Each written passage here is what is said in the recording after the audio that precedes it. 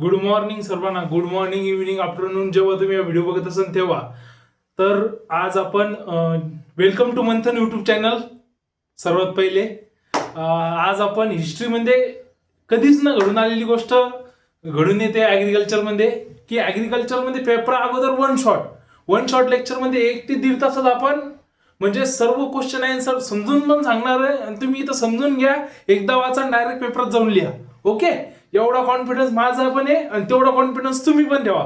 फक्त करायचं काय, मी समजून सांगता तो क्वेश्चन वाचत चालायचं, तुम्ही रीड करत चालायचा. मी जरी समजून सांगत असलो तरी तुम्ही तो रीड करत चालायचा, काही मी तो वाचून एखाद्या ठिकाणी समजून पण सांगेन, वाचून पण सांगेन. ओके, आणि लेक्चरच्या शेवटपर्यंत थांबा, कारण की शेवटी तुम्हाला 4 ते 5 असे इम्पॉर्टंट टॉपिक देणार आहे. त्या 5 टॉपिकवर तुमचा पेपर निघून जाईल. ओके, एवढी गॅरंटी मी घेतो. तर चला, आपला पहिला पेपर आहे जेनेटिक्सचा. तर मग जेनेटिक्स, सुरुवातीला जेनेटिक्स म्हणजे काय? मग सर जेनेटिक्स म्हणजे काय? एक आता शब्द येणार आहे, फिनोटाईप, जिनोटाईप. फिनोटाईप म्हणजे काय? आता गोरा दिसा लागलो, सर गोरे दिसा लागली, म्हणजे हे काय आलं? फिनोटिपिक. जेनेटिकली म्हणजे आतून कसे आहे सर. ओके, बरोबर आहे ना? आतून कसे म्हणजे हे नाही की हाडमास कसे आहे सरची, तसं नाही. जेनेटिकली म्हणजे काय? काहीतरी कॅरेक्टर, जे कॅरेक्टर इनहेरेंट भेटतात आपल्याला, बरोबर आहे ना? तर मग जेनेटिक काय? It is a biological branch of biological science which deals with heredity and variation. Heredity म्हणजे काय? अनुवंशिकता, जी आपल्याला पूर्वजापासून, समजा आपण म्हणतो ना की बापाचे गुण लेकरात आले, मग ते जे गुण येतात ना त्याला काय म्हणतात? हेरिडिटी. अँड व्हेरिएशन म्हणजे काय? आता चेंज पण होतात ना. आता एखाद्या वेळेस जे चेंज घडून येतात त्याला काय म्हणतात? व्हेरिएशन. म्हणजे काय? बायोलॉजिकल सायन्स म्हणजे branch of biological science which deals with heredity and variation. समजलं? जेनेटिक्स. मग जेनेटिक्सची सुरुवात कुठून झाली सर? तर सुरुवातीला तुम्ही एक स्टोरी ध्यानात ठेवा. फादर ऑफ जेनेटिक्स कोण म्हणतात? मेंडलला. मग मेंडलला काय म्हणतात? त्यांनी 1966 मध्ये काय केले? पीवर रिसर्च केला. पीवर म्हणजे त्यांनी रिसर्च केलं की बा खरंच व्हेरिएशन कसं घडून येतं. आता आपण बघू शकतो की झाडामध्ये एखाद्या वेळेस त्यांनी पी म्हणजे 7 कॅरेक्टर घेतले, जसं की जे डोळ्याने दिसतात कॅरेक्टर. ओके, सीड कलर झाला, त्यानंतर फ्लावर कलर झाला, त्यानंतर फ्लावर पोझिशन झाली की टर्मिनलवर आहे का एक्झियलवर आहे. ओके, तर या गोष्टी त्यांनी ऑब्झर्व केल्या फिजिकली, आणि त्या ऑब्झर्वेशनवर स्टॅटिस्टिकल डाटा त्यांनी क्लिअर दिला. तो डाटा दिल्याच्या नंतर पण मग त्या काळात सायंटिस्ट लोकांनी प्रेशर आणून त्यांचं ते वर्क म्हणजे पब्लिश नाही झालं एवढ्या प्रकारे. मग 1900च्या काळात म्हणजे वर्क कधी केलं त्यांनी? 1866 मध्ये. पण त्यांचं वर्क जेव्हा ते म्हणजे त्यांची डेट पण झालेली होती, त्याच्यानंतर 1900च्या काळात 3 सायंटिस्ट होते. त्या 3 सायंटिस्टनं त्यांच्यावर इंडिव्हिज्युअली रिसर्च केलं. त्या 3 सायंटिस्टचं नाव आहे Hugo de Vries, Carl Correns and von Tschermak. ही तुम्हाला ऑब्जेक्टिव्ह येऊ शकते. ओके, कधी? 1900च्या काळात त्यांनी डबल मेंडलच्या याच्यावर रिसर्च केलं आणि 3 लॉ दिले.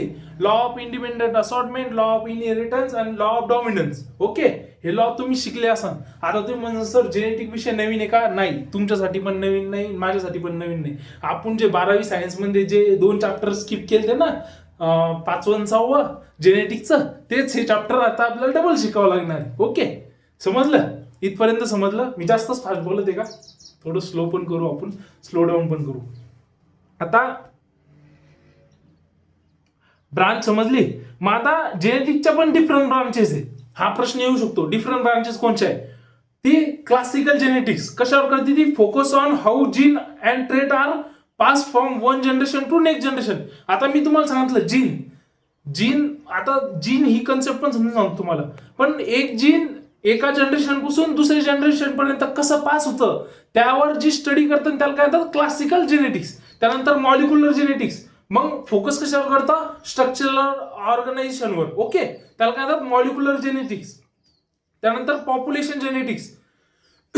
मग पॉप्युलेशन जेनेटिक्स म्हणजे काय? पॉप्युलेशन. आता जेनेटिक्स म्हणजे काय? तुम्ही एक व्हेरिएशन धरून ठेवा. मग जे पॉप्युलेशन मध्ये व्हेरिएशन येतं किंवा जे पॉप्युलेशन मध्ये ट्रेट येतात त्याला काय म्हणतात? Population genetics. मग ती कोणची ब्रांच झाली? Population genetics. नंतर सायटोजेनेटिक्स. मग ती काय? क्रोमोझोमवर. सायटोजेनेटिक म्हणजे ती कशावर काम करते? वर्क करते? क्रोमोझोमवर. आता तुम्ही म्हणत असाल सर तुम्ही आम्हाला सांगायला लागले, आता जरी तर लिहित बसलो तर खूप टाइमपास होईल, ओके.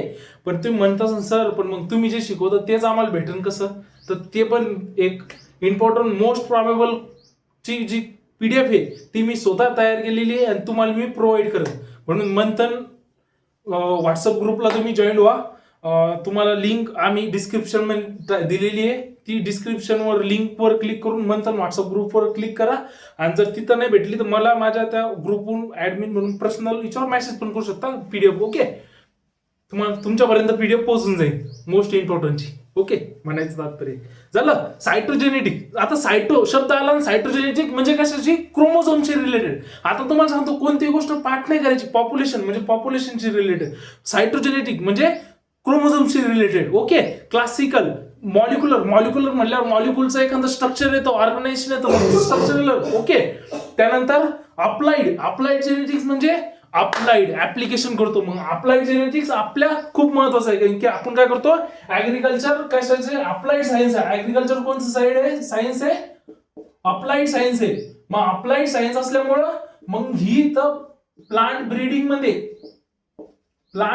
ब्रीडिंग मध्ये जी मदत करते त्याला कोणची म्हणतात, अप्लाइड जेनेटिक्स. 6 ब्रांचेस समजले तुम्हाला, कोणच्या सर, ओके. पहिली कोणची, क्लासिकल, मॉलिक्युलर, त्यानंतर पॉप्युलेशन, त्यानंतर सर अप्लाइड जेनेटिक्स झाले 4, आणि नंतर सायटोजेनेटिक आणि क्वांटिटेटिव्ह. आता एक क्वांटिटेटिव्ह राहिली. क्वांटिटेटिव्ह म्हणजे काय, आता क्वांटिटेटिव्ह आणि क्वालिटेटिव्ह. क्वांटिटेटिव्ह म्हणजे काय, मेजरमेंट, समजा क्वांटिटी, यील्ड कशी मेजर करू शकतो, हाईट, आता माझी हाईट किती आहे ही काय मेजर करायला लागलो ना आपण, मग ही क्वांटिटेटिव्ह जेनेटिक्स. याच्याबद्दल जी ब्रांच स्टडी करते त्याला काय क्वांटिटेटिव्ह जेनेटिक्स, ओके. 6 ब्रांचेस समजल्या. त्यानंतर स्कोप आणि इम्पॉर्टंट कशात आहे. आता स्कोप कशात आहे सर, सुरुवातीच्या ज्या व्हेरायटी होत्या, ओके, सुरुवातीची जी व्हेरायटी होती, मी तुम्हाला एक स्कोप असं समजून सांगतो की तुम्ही स्कोप आणि इम्पॉर्टंट लिहिता आलं पाहिजे, ओके. पाठ करायची नाही, सगळीच गोष्ट जर पाठ करत बसले तर ही मेमरी हँग होईल ना, बरोबर आहे ना. मेमरी हँग नाही करायची आपल्याला, मेमरी काय करायची, इम्प्रूव्ह करायची. फक्त विचार, जर पेपर बदलून जरी आला, हिंडून फिरून जरी आला, तर लिहून आले पाहिजे तुम्ही, ओके. मी एक डेफिनेशन पण सांगतो तुम्हाला शेवटी जाताना, फक्त मला आठवण तर आली पाहिजे, म्हणजे काय सांगायची तर पेपरासाठी एक शॉर्टकट ट्रिक सांगतो. फक्त शेवटपर्यंत व्हिडिओ पहा, नाही तर मग सर अगोदरच सांगून द्या ना, मग बस अगोदर सांगून दिली ती काहीच वाचत नाही, शेवटी सांगतो. आता तर स्कोप आणि इम्पॉर्टंट लिहिताना सुरुवातीला स्कोप काय शकतो सर, जुन्या काळातल्या ज्या व्हेरायटी होत्या, समजा वाईल्ड व्हेरायटी होत्या, तर उत्पादन यील्ड कशी होती सर, यील्ड तर लो होती, बरोबर आहे सर. त्याच्यावर डिसिजन पेस्टचा अटॅक यायचा, बरोबर आहे, पेस्टचा अटॅक यायचा सर. त्यानंतर ड्रॉट कंडिशनला सस्टेन नव्हती करत, जास्त पाऊस पडला खराब व्हायचाय, कमी पाऊस पडला खराब व्हायचाय सर. लॉजिंग म्हणजे पडायचं, म्हणजे जास्त एखाद्या गव्हाची हाईट मोठी असली ते जागीच पडून जायचं सर, ते पण होतं. म्हणजे रूट सिस्टम चांगले वेल डेव्हलप नव्हत्या, ओके. त्यानंतर सर एखाद्या इन्व्हायरमेंट मध्ये सस्टेन करायचं, एखाद्या इन्व्हायरमेंट मध्ये सस्टेन करत नव्हते. तर मग या सगळ्या गोष्टी चेंज कशामुळे झाल्या सर, चेंज याच्यामुळे झाल्या सर, प्लांट ब्रीडिंगमुळे, बरोबर आहे ना.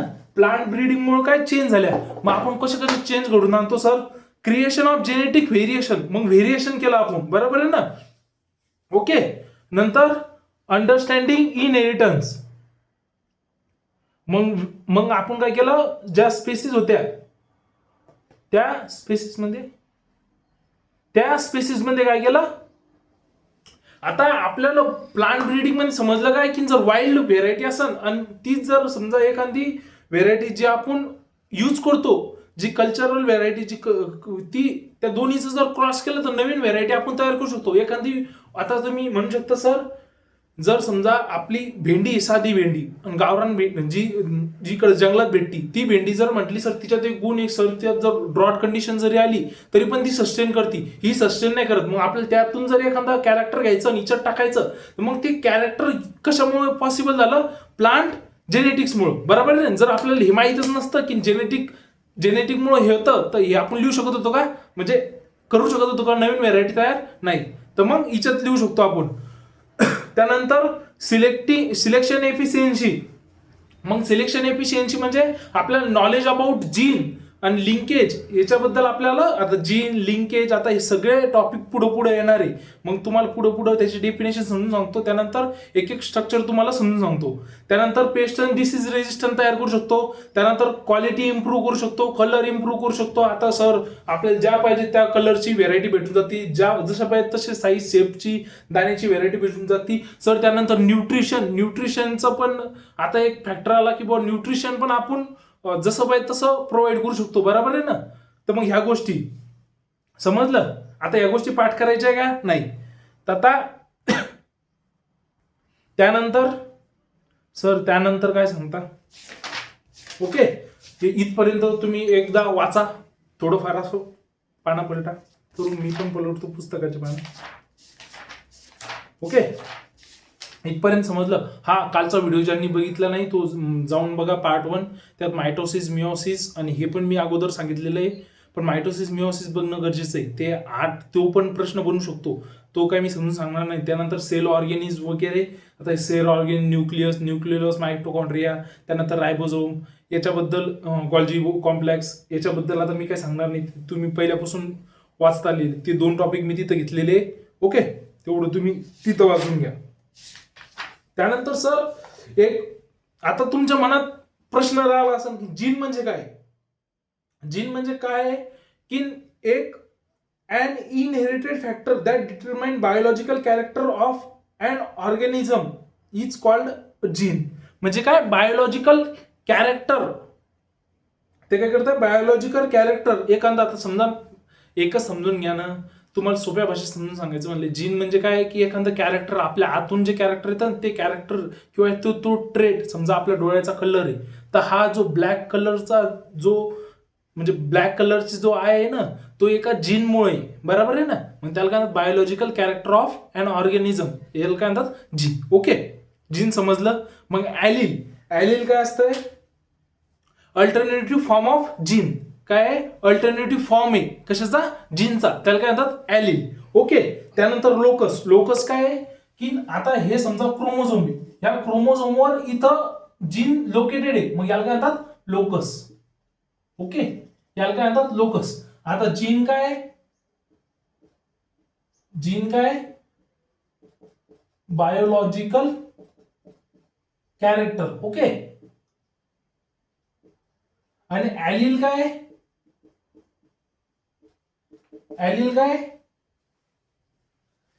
काय की अल्टरनेटिव्ह फॉर्म आहे. ओके, अल्टरनेटिव्ह फॉर्म आहे. जीन, लोकस आणि ॲलिल समजलं. त्यानंतर तुम्हाला डॉमिनंट कॅरेक्टर म्हणजे काय, आता तुम्ही डॉमिनंट रिसेसिव्ह हे 2 कॅरेक्टर समजून घ्या. पुढे हा शब्द वापरणार आहे मी आणि तुम्हाला डेफिनेशन मध्ये पण येऊ शकतो. डॉमिनंट कॅरेक्टर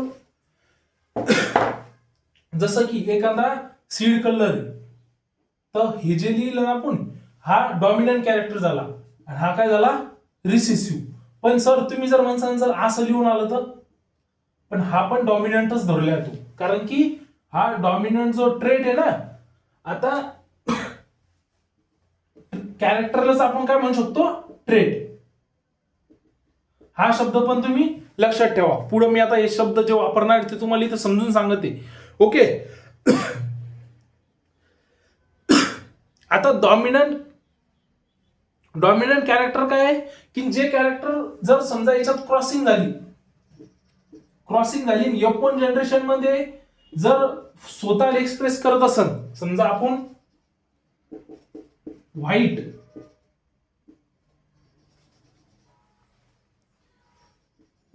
अँड येलो घेतलं आणि याचं क्रॉसिंग झाल्याच्या नंतर जर F1 जनरेशन मध्ये जर व्हाईट दिसत असेल, तर हा काय झाला, व्हाईट काय झाला डॉमिनंट कॅरेक्टर. ओके, समजलं. आता तुम्ही म्हणसान सर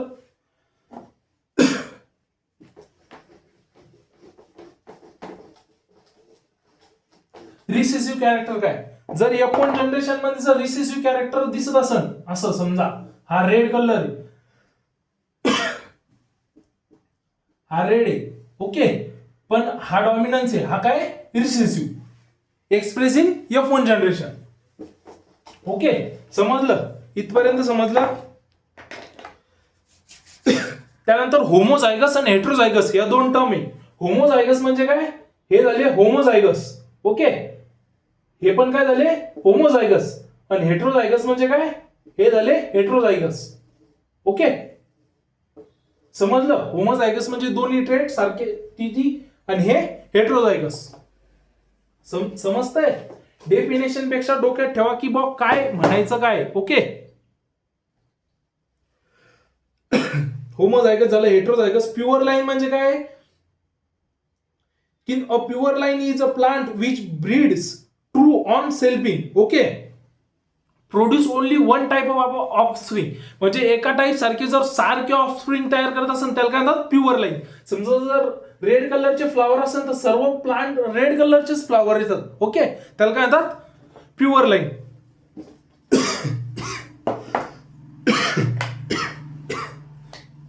आता मोनो हायब्रिड क्रॉस म्हणजे काय, एका कॅरेक्टरचे क्रॉस करणं.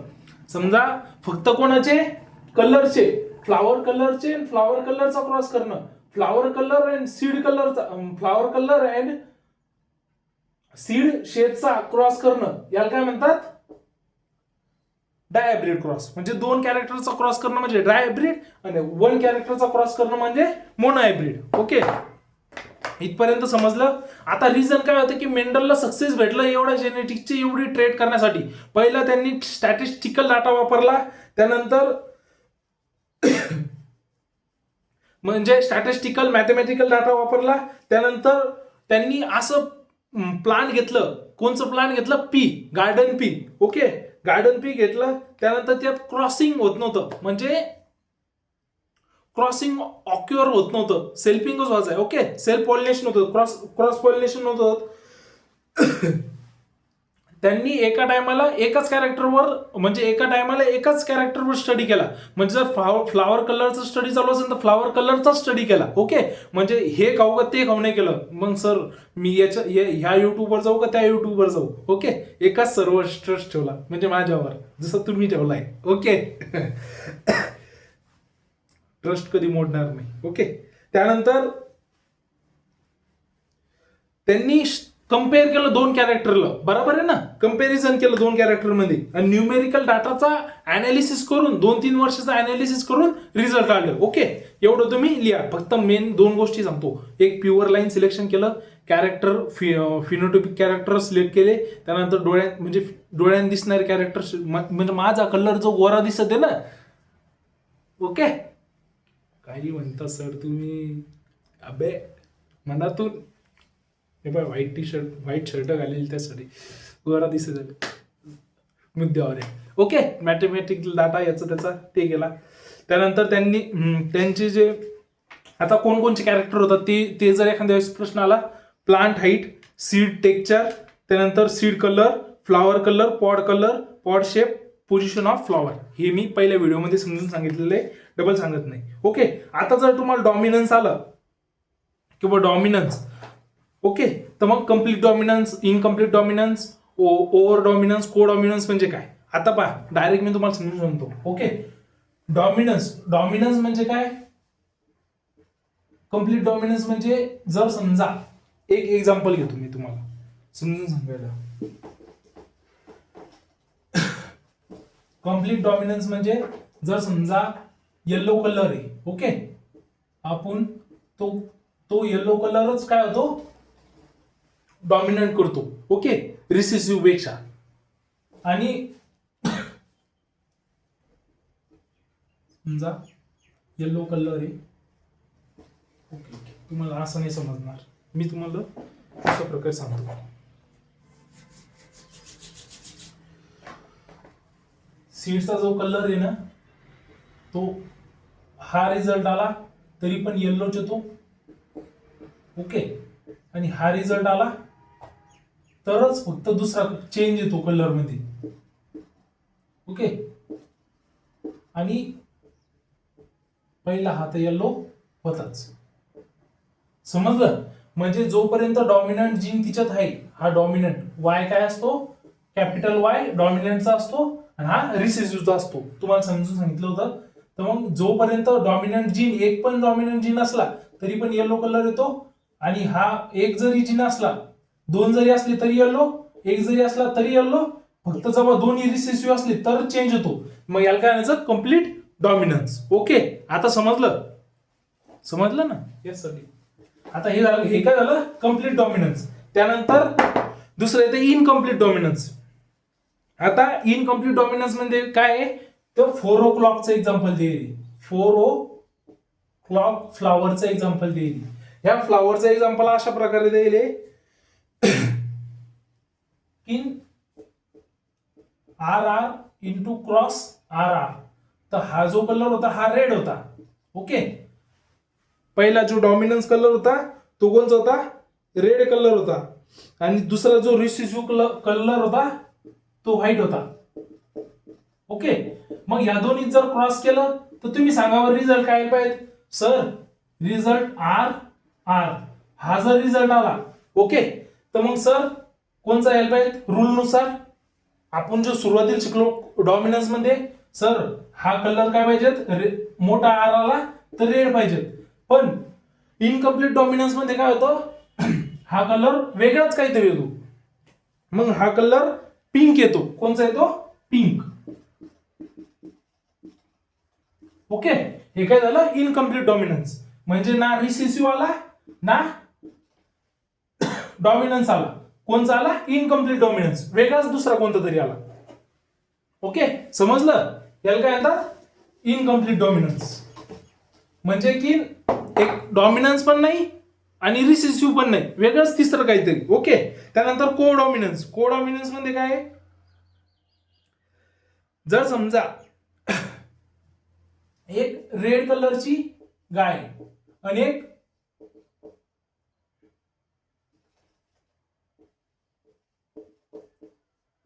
व्हाईट कलरचा, समजा रेड आणि व्हाईट कलरचा, ती गाय आणि बुल ऑक्स आहे. ओके, त्या दोघांचं जर क्रॉसिंग केलं तर मग कलर कोणचा यायला पाहिजे. सर जर समजा डॉमिनन्स असेल तर रेड यायला पाहिजे, किंवा डॉमिनन्स जर व्हाईट असेल तर व्हाईट यायला पाहिजे. जो डॉमिनन्स असेल तो यायला पाहिजे रूल नुसार, का नाही. पण येतो कोणचा, को डॉमिनन्स मध्ये, कोणचा, को डॉमिनन्स मध्ये रेड प्लस व्हाईट. ओके, हे काय आलं, को डॉमिनन्स. समजलं? एखादी गाय पाहिली नाही का, जिच्या याच्यावर काही लाल कलरचे केस असतात आणि काही व्हाईट कलरचे केस असतात. समजलं? मला माहिती तुम्हाला कोणते एक्झाम्पल द्यायला तर. नंतर ओव्हर डॉमिनन्स. हिच्यात काय होत आहे, सुपर डॉमिनन्स. म्हणजे जो डॉमिनन्स कलर आहे ना तो, समजा हे डब्ल्यू मोठं आहे, डब्ल्यू मोठं डॉमिनन्स राहतो. ओके, समजलं, को डॉमिनन्स, ओव्हर डॉमिनन्स. त्यानंतर एक येतं लिथल जीन. लिथल जीन म्हणजे काय असतं माहिती का, ज्या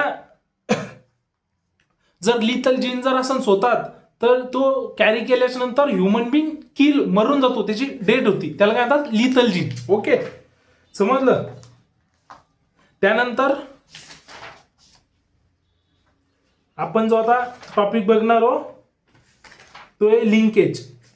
इथपर्यंत समजलं कोणाला काय प्रॉब्लेम, एकदा वाचून घे, म्हणजे वाचून घ्या पप्पा, रिस्पेक्ट देतो तुम्हाला, वाचून घ्या. ओके, त्यानंतर एक सेक्स डिटर्मिनेशन येतं, किंवा आपल्या ह्युमन मध्ये मेल आणि फिमेल कसं डिटर्मिनेशन करतात. ओके, ह्युमन मध्ये म्हणा, ऍनिमल मध्ये म्हणा, तर मग सेक्स डिटर्मिनेशनची कन्सेप्ट येते. मग सेक्स डिटर्मिनेशन कशासाठी इम्पॉर्टंट आहे, मग कशाच्या बेसिसवर होते ते, क्रोमोझोमच्या. सर क्रोमोझोम कोणचा आहे त्या बेसिसवर, क्रोमोझोम कोणचा आहे त्या बेसिसवर आपण सेक्स डिटर्मिनेट करू शकतो. मग इन फ्लावरिंग प्लांट काय करू शकतो आपण, फ्लावरिंग प्लांटचं सेल्फ फर्टिलायझेशन झाल्यास नंतर इम्पॉर्टंट काय सेक्स डिटर्मिनेशन ते समजा. In flowering plants, strategy for developing sex determination have involved to prevent the self-fertilization that may leads to loss of the fitness due to inbreeding, in creating variability in population. Sex determination कशासाठी important आहे, variability in population, variability करण्यासाठी. त्यानंतर differentiation in sex, male and female gamete ओळखण्यासाठी. जर ओळखूच नाही आलं तर मग कसं व्हेरिएबिलिटी आणणार आहे आपण, मेल कोणचा फिमेल कोणचा, मग त्याच्यामुळे सेक्स डिटर्मिनेशन करणं महत्वाचं आहे. ओके, पुस्तकाच्या भाषेनुसार क्रोमोझोमल सेक्स डिटर्मिनेशन, क्रोमोझोमच्या बेसवर सेक्स डिटर्मिनेशन कसं होतं ही मेथड आहे. ओके, तर मग पहिलं तुम्ही दोन शब्द समजून घ्या, ॲटोझोम आणि ॲलोझोम. Autosome and ॲलोझोम. ओके, यालाच काय म्हणू शकतो आपण, सेक्स क्रोमोझोम. ओके, तर मग सर ॲटोझोम म्हणजे काय? आता आपल्या ह्याच्यात समजा ह्युमनचं एक्झाम्पल घेऊन सांगायला लागलो तुम्हाला. ह्युमन मध्ये किती असतात सर? टोटल सर 46 असतात. 46 असतात. ओके, 2n = 46 असं असतं ना. पण हे मेनली कसे असतात सर? 22 + x आणि 22 + y = 44 + xy. हा काय झाला? मेल. ओके, हे तुम्ही शिकेल असाल ना. तर मग हे काय झाले? ऑटोझोम. आणि हे काय झाले? Sex chromosome. समजला? ऑटोझोम, ऑलोझोम. आता मग याच बेसिसवर आता हे दोन शब्द महत्वाचे वर, ऑटोझोम, ऑलोझोम. ऑटोझोम म्हणजे फक्त साधे जे क्रोमोझोम येते, ओके, क्रोमोझोम नंबर. आणि ऑलोझोम म्हणजे एक्स वाय, हे म्हणजे सेक्स क्रोमोझोम. हे तुम्हाला शब्द आता पुढे पण लक्षात ठेवा, नाही पुढे पण याच्यावर क्लासिफिकेशन येतं. आता समजलं? आता त्यात याच्याच बेसिसवर आपलं दोन टाइप मध्ये क्लासिफिकेशन गेले, हेट्रोगॅमेटिक मेल, हेट्रोगॅमेटिक मेल. आता बा हेट्रोगॅमेटिक, हेट्रो शब्द म्हणजे सर दोन असन किंवा सारखे नसन, किंवा होमो म्हणजे सारखे. ओके, तर मग हेट्रोगॅमेटिक मेल, हेट्रोगॅमेटिक मेल. तर हेट्रोगॅमेटिक मेल म्हणजे काय? आता जो आपला ह्युमन मध्ये एक्झाम्पल घेतलं, ह्युमनची जर समजा फिमेल असली तर काय असतात सर? Chromosome 44 + XX. हे काय झालं? होमोगॅमेटिक. ओके, म्हणजे दोन सेक्स क्रोमोझोम काय झाले? होमो झाले. आणि जर मेल असला तर काय असतं? XY. हे काय झालं? हेट्रोगॅमेटिक मेल. ओके, एक ह्युमनचं एक्झाम्पल झालं. त्यानंतर डबल एक एक्झाम्पल आहे हेट्रोगॅमेटिक मेलचं, XX. म्हणजे इथं कोणची पण संख्या XO. ओके, आता हे काय झाली? ही फिमेल झाली, फिमेल. आणि हा काय झाला? मेल. ओके, आता तुम्हाला समजलं का? हा काय झाला? मेल. तर हे एक्झाम्पल कशाचं आहे? ऑर्थोप्टेरा, ग्रास हॉपरचं. कशाचं? ग्रास हॉपरचं. ओके, हे एक्झाम्पल काय याचं आहे? ग्रास हॉपरचं. त्यानंतर डबल एक एक्झाम्पल आहे. आता हे तुम्ही फक्त एक्झाम्पल कन्सेप्ट समजली नाही एकदा. त्यानंतर एक्झाम्पल डबल एक ड्रॉसोफिलाचं एक्झाम्पल आहे XX XY. मग ड्रॉसोफिला मध्ये हे काय? फिमेल. हे काय? मेल. ओके, समजलं? आता हेट्रोगॅमेटिक फिमेल असं थोडी की मेलच असू शकतात, मग फिमेल पण. ओके, मग सर तुम्ही म्हणता होमोगॅमेटिक हेट्रोगॅमेटिकचा फायदा काय? मेल आणि फिमेल कसं होणार? आता सुरुवातीच्या काळात एक मानसिकता होती की बाबा बेबी कन्फ्यूज झाला, ती मेल आहे का फिमेल आहे, हे एका म्हणजे स्त्रीवर डिपेंड असतं. पण नंतर जेव्हा सायंटिस्टचा रिसर्च झाला, नंतर लोकांमध्ये जनजागृती झाली, तेव्हा समजलं अरे माणसाला आणायला पाहिजेत. बरोबर आहे का नाही? अरे पण ते आपल्या हातात नाहीच ना, माझ्या नाही, तुमच्या नाही, कोणाच्या हातात नाही. म्हणून म्हणतात ना देवाने दिले. जुन्या काळात बरोबर कन्सेप्ट होती की नाही, भगवानने दिले. मग त्या ह्याच्यात काय होतं की मेल होईन का फिमेल होईन ते मेलवर डिपेंड होतं. आता हेट्रोगॅमेटिक फिमेल मध्ये डिपेंडन्सी कोणावर येईल? मेल होईन का फिमेल होईल? फिमेलवर. समजलं? गॅमेटचं समजून सांगू लागलो, तू दुसऱ्याच्या विचारात गेला. अभि पेपर आहे उद्या, अभ्यास करावा लागतंय, पेपर आहे, समजून घे. डबल कोण समजून सांगणार नाही. ओके, मला माहिती कशी घासावं लागते. तर आता झेडओ मायनस झेड झेड. आता हे एक्झाम्पल काय आहे, हे एक्झाम्पल आहे मॉथचं, मॉथ बटरफ्लाय मॉथचं. तर मग ह्या काय झाला सर, हा झाला मेल आणि ही काय झाली फिमेल.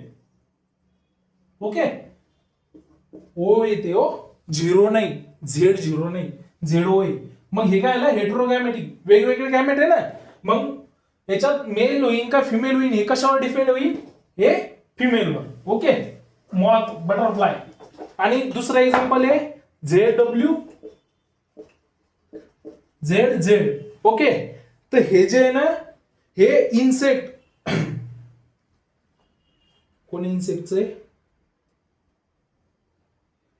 रेप्टाईल बर्ड फिशेस वगैरे हिच्यात जे आहे ना ते येतं झेड डब्ल्यू. ही काय आली फिमेल, हे काय आला मेल. एकदा याच्याबद्दल तुम्ही वाचून घ्या. आता हेटेरोगॅमेटिक मेल फिमेल याच्याबद्दल तुम्हाला आयडिया आली, समजून कन्सेप्ट. खिचडी पका लागली, असं गरम व्हायला लागलं डोकं. अभी तो बहुत अभी तो झाकी पूरी पिक्चर. इम्पॉर्टंट क्वेश्चन पाहिजेत ना सर. पण मी सांगतो, तुम्ही किती वाचलं ना नाही समजत रे राजा हो तुम्हाला. मग ऐका, 2 घंटे ऐका. माझा चेहरा जरी पहा वाटत नसत, नाही पहा वाटतंय, असं विषय नाही. आता लिंकेज म्हणजे काय, लिंकेजचा प्रश्न दरवर्षी येतो, यावर्षी पण येणार म्हणजे येणार. ओके, लिंकेज काय, टेंडन्सी टू और मोर जीन रिमेन टुगेदर. हम साथ साथ है, रिमेन टुगेदर टू और मोर जीन. म्हणजे दोन किंवा 2 पेक्षा जास्त जे जीन आहे ते सोबत थांबतात, त्याला ड्युरिंग इनहेरिटन्स. कधी, during inheritance is called as linkage. हम साथ साथ है म्हणजे लिंकेज. हमारा कोई बॉन्ड नहीं तोड सकता, सोडून गेली. मग हे कोण दिलं होतं, फर्स्ट रिपोर्टेड बाय बॅटसन अँड पुणेत जी ना, पुणे किती 1906. ओके, 1906 ला पहिले लिंकेजचा ऑब्जेक्टिव्ह जर आली तर त्यांना ठेवा. त्यानंतर सर कॅरेक्टर आहे की located on same loci. Okay, located in same chromosome in linear fashion. Okay, हम साथ साथ है, एक क्रोमोसोम पे एक फॅशन में रहेंगे. ओके, त्यानंतर व्हेरिएबिलिटी रिड्यूस करते. जर सोबतच जर राहायचं तर व्हेरिएबिलिटी होईल का, नाही होणार सर, व्हेरिएबिलिटी रिड्यूस होईल. ओके, आता व्हेरिएबिलिटी रिड्यूस कशामुळे होते, लिंकेजमुळे. आणि व्हेरिएबिलिटी वाढते कशामुळे, क्रॉसिंग ओव्हरमुळे. ओके, हा शब्द तुम्ही ध्यानात ठेवा. याच्या पुढचं तुम्हाला सांगतो लिंकेज मध्येच येणार आहे, तर कशासाठी इम्पॉर्टंट आहे. लिंकेज मे बी आहे तर लिंकेज कशाचं जाऊ शकतं, मे बी या दोघांचं लिंकेज आहे, दोन्ही डॉमिनन्स आहे सर, दोन्ही रिसेसिव्ह यायचं पण लिंकेज आहे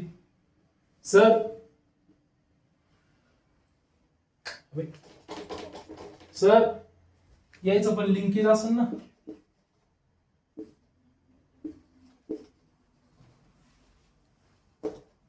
both recessive, both dominant, both recessive dominance. Okay, या तिन्हीचं पण लिंकेज राहू शकतं. आता हे समजून घ्या, हे लिंकेजवरच तुमची कपलिंग फेज आणि रिपल्शन फेज आहे. ओके, मी जे समजून सांगायला लागलो ते फक्त तुम्हाला बंदा सार आहे. ओके, समजलं. हे कॅरेक्टर आहे हो, 3 जे कॅरेक्टर सांगितले. त्यानंतर आपण डिझायड्रेट अनडिझायड्रेट सोबत पण राहू शकता, अनडिझायड्रेट डिझायड्रेट सोबत पण राहू शकता, डिझायड्रेट पण सोबत राहू शकतात. त्यानंतर आता जर समजा एक दोरी वाडा लागलो. ओके, तुम्ही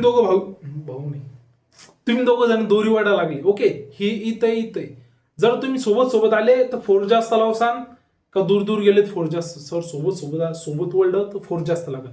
लिंकेज कसा जवळ असला तर फोर्स जास्त लागेल. हा ओके, आणि तो जर दूर असला तर फोर्स कमी लागेल. हे पण एक कॅरेक्टर आहे, पहा समजून सांगतो. The strength of linkage depend on distance between the linkage gene. Lesser the distance higher the strength. Okay, समजून सांगितलं बरोबर. Okay, involving gene were located close to each other. Okay, जे आपल्या कामीचं आहे ते सांगतो. लिंकेज डिटरमाइन करण्यासाठी कोणची लिंकेज डिटरमाइन करण्यासाठी कोणची टेस्ट करतात? जी बोलू कोणची? Progeny data stage. ओके. आता कपलिंग फेज दोन coupling phase. Okay. Coupling phase समजला? Coupling phase both are dominant, both are recessive. याला काय म्हणतात? Coupling phase. The linkage between either dominant either recessive allele is called as coupling phase. आणि तेच आता coupling phase मध्ये काय होतं? बोथ डॉमिनंट किंवा बोथ रिसेसिव्ह असतात. तर मग जे डॉमिनंट सोबत जो क्रॉसिंग झाला त्याचा रिझल्ट कसा येईल? खरं तर 50% डॉमिनंट 50% रिसेसिव्ह यायला पाहिजेत ना. ओके. तर मग ते 50% डॉमिनन्स यायच्या जागी 95%च्या मोर डॉमिनन्स येतं आणि 50 येतं 5%च्या कमी डॉमिनन्स येतं. ओके. समजलं? हे झालं बोथ रिसेसिव्ह बोथ डॉमिनन्स. हे झालं कपलिंग फेज मध्ये. आणि तेच जर आपलं रिपल्शन फेज मध्ये जर घ्यायचं म्हणलं, फेजेस ऑफ रिपल्शन फेज मध्ये. ओके. हे काय झालं? The linkage with dominant allele और रिसेसिव्ह ॲलिल और known as repulsion. Okay. Linkage between dominant allele और रिसेसिव्ह ॲलिल याला काय म्हणतात? रिपल्शन. समजले कोणचे ॲलिल येतं? फेजेस समजले? Okay sir. आता टाईप कोणचे येतात? Base on crossing over. तुम्हाला सांगितलं होतं जेवढं जास्त पेजेस समजले बाळांनो. पेजेसचा प्रश्न येतो. गेला आता गळा गेला. आता टाईप ऑफ लिंकेज समजून घ्या. ओके. टाईप ऑफ लिंकेज मध्ये बेस ऑन क्रॉसिंग ओव्हर तुम्हाला सांगितलं जेवढं जास्त क्रॉसिंग ओव्हर तेवढं कमी लिंकेज. समजलं? जेवढं जास्त लिंकेज तेवढं कमी क्रॉसिंग ओव्हर. ओके. उलटे धरून राहा. मग जर समजा बेस ऑन क्रॉसिंग ओव्हर आहे तर कम्प्लीट लिंकेज असेल तर कम्प्लीट लिंकेज म्हणजे काय? कम्प्लीट लिंकेज म्हणजे तिथं क्रॉसिंग ओव्हर काय असेल? absent of crossing over. Okay. Crossing over म्हणजे काय? आता हा कोणाला प्रश्न आहे? करा आठवणी. मायच्या लाईक करा, मायच्या शेअर करा, मायच्या सबस्क्राईब करा. नाही असं नाही. डायलॉग काय होता तो? काय डायलॉग होता तो? कितने लोग कहते ये स्टेटमेंट राइट है, कितने लोग कहते हैं स्टेटमेंट रॉन्ग है. एक लाल दिल भेजे, एक हरा दिल भेजे. ओके. एक व्हाईट दिल. या पेपरापासून लांब जाऊ नका. सिरियसली घेसन बरं. सगळेजण सबस्क्राईब करतात. एका दिवसात मॉनिटाईज होईल आपलं चॅनल. अबे करत जा रे. सगळेजण व्हिडिओ पाहून जातात. करत जा. क्रॉसिंग ओव्हर म्हणजे कोणाला माहित नाही म्हणून म्हणलं होतं पहिलं लेक्चर पाहून या. क्रॉसिंग ओव्हर म्हणजे जे प्रोफेज 1 मध्ये पॅकेटिंग फेज मध्ये जे नॉन सिस्टर क्रोमोझोम होते, जे दोन नॉन सिस्टर क्रोमोझोम होते त्यामध्ये जे इथं क्रॉसिंग ओव्हर झालेलं होतं त्याला काय म्हणतात? Crossing over. क्रॉसिंग म्हणजे जेनेटिक डाटा म्हणजे exchange of genetic data. Okay. समजलं? मग माहिती तुम्हाला काय समजून सांगायला लागतं. मग जर समजा अब्सेंट ऑफ क्रॉसिंग ओव्हर असेल तर काय आहे तो? Complete linkage. आणि जर पार्शियल लिंकेज असेल, पार्शियल और इनकम्प्लीट लिंकेज, तर तिथे काय असेल?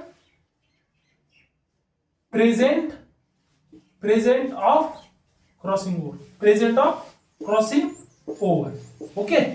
म्हणजे जर क्रॉसिंग ओव्हर असली तर लिंकेज नसणार, लिंकेज असलं तर क्रॉसिंग ओव्हर नसणार. समजलं? त्यानंतर सर बेस ऑन जीन इन्व्हॉल्वच्या बेसिसवर कपलिंग फेज म्हणजे काय? दोन्ही सारखे. ए समजा तसं नाही तुम्हाला समजून सांगतो. कपलिंग फेज म्हणजे काय? एक तर दोन्ही डॉमिनन्स, एक तर दोन्ही रिसेसिव्ह. ओके. आणि ते जर रिपल्शन फेज जर पाहिली, ओके,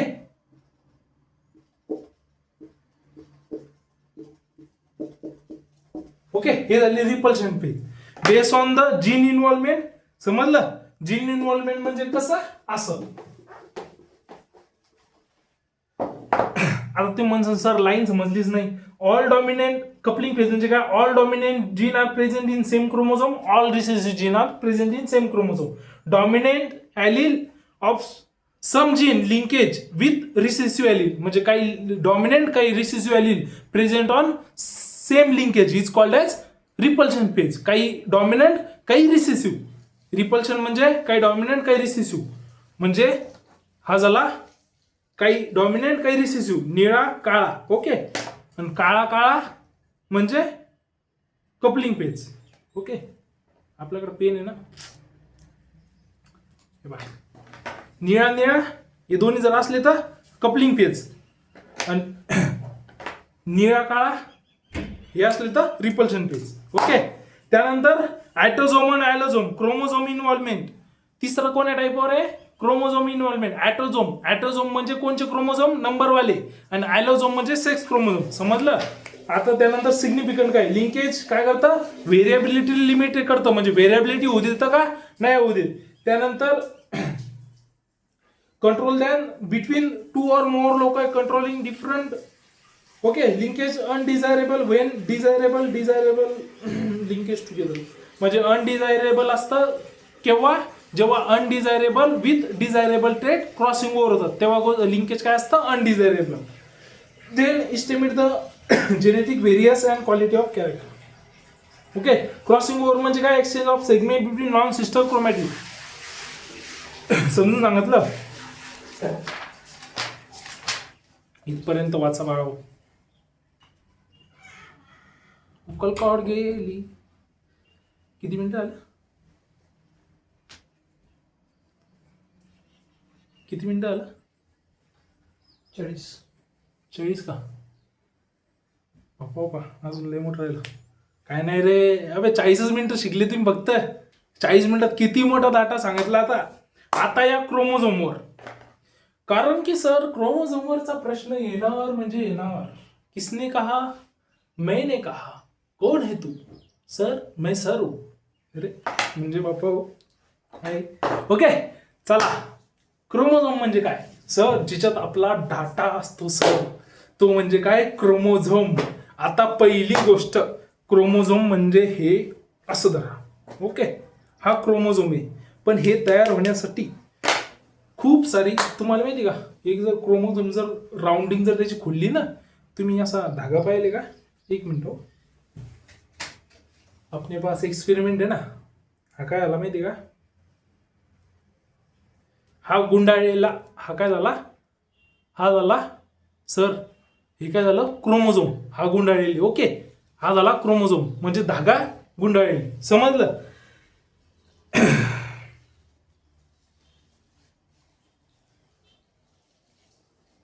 आता तिच्यात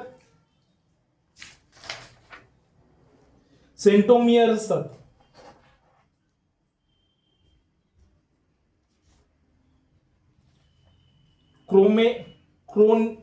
क्रोमोनिमा. क्रोमोनिमा काय आहे? क्रोमोनिमा हे थ्रेड लाईक स्ट्रक्चर जे असतात ना, थ्रेड लाईक कॉईल स्ट्रक्चर, असं कॉईल असतं. जेव्हा आपण इलेक्ट्रॉन मायक्रोस्कोपनं बघतो, इलेक्ट्रॉन मायक्रोस्कोपनं जेव्हा क्रोमोझोम बघतो तेव्हा थ्रेड लाईक स्ट्रक्चर असतं. असं ही थ्रेडच म्हणू शकतो आपण. थ्रेड लाईक स्ट्रक्चर असतात जे की कॉईल फॉर्म मध्ये असतात, त्याला काय म्हणतात? क्रोमोनिमा. ओके. त्यानंतर जर समजा हे एक क्रोमोझोम धरा. ओके. या क्रोमोझोमचं याला काय म्हणतात? पहिले सर याला काय म्हणतात? क्रोमॅटिड. ओके. क्रोमॅटिड याला काय म्हणतात? Chromatid. Okay. Centromere. Okay. Centromere कुठं, जे मेटाफेज मध्ये स्पिंडल फायबर अटॅच होतात, जे धागे अटॅच होतात ना, असा हा धागा म्हणजे हा स्पिंडल फायबर आहे, हा अटॅच होतो त्याला. कसा? असा अटॅच होतो त्याला काय म्हणतात? सेंट्रोमियर. ओके.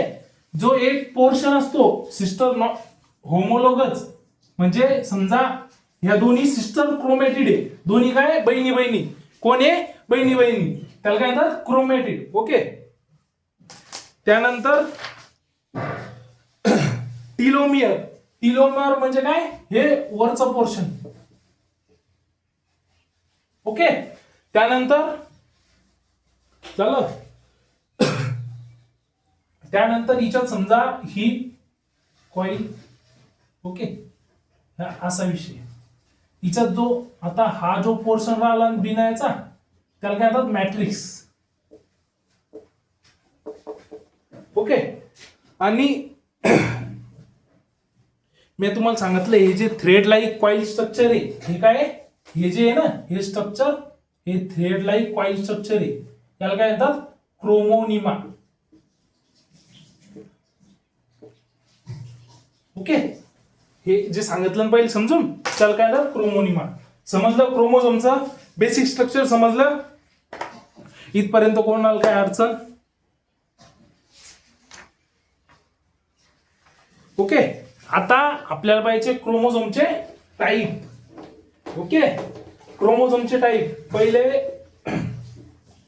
आता मी तुम्हाला सांगितलं on the basis of position of centromere. सेंट्रोमियरची पोझिशन कोणची?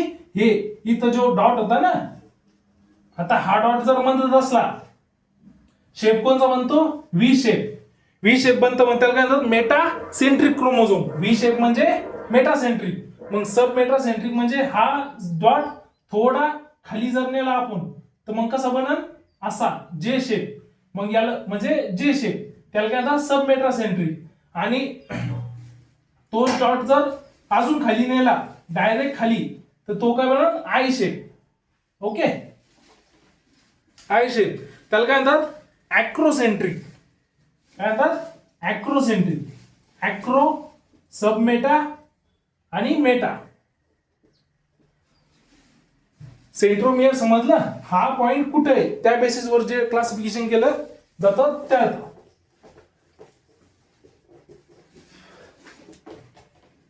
त्यानंतर सर लिनियर क्रोमोझोम आणि circular on the basis of structure. Linear आपल्या जे ह्युमन मध्ये असतो तो कसा असतो? लिनियर, दोन्ही ओपन एंड असतात. ओके.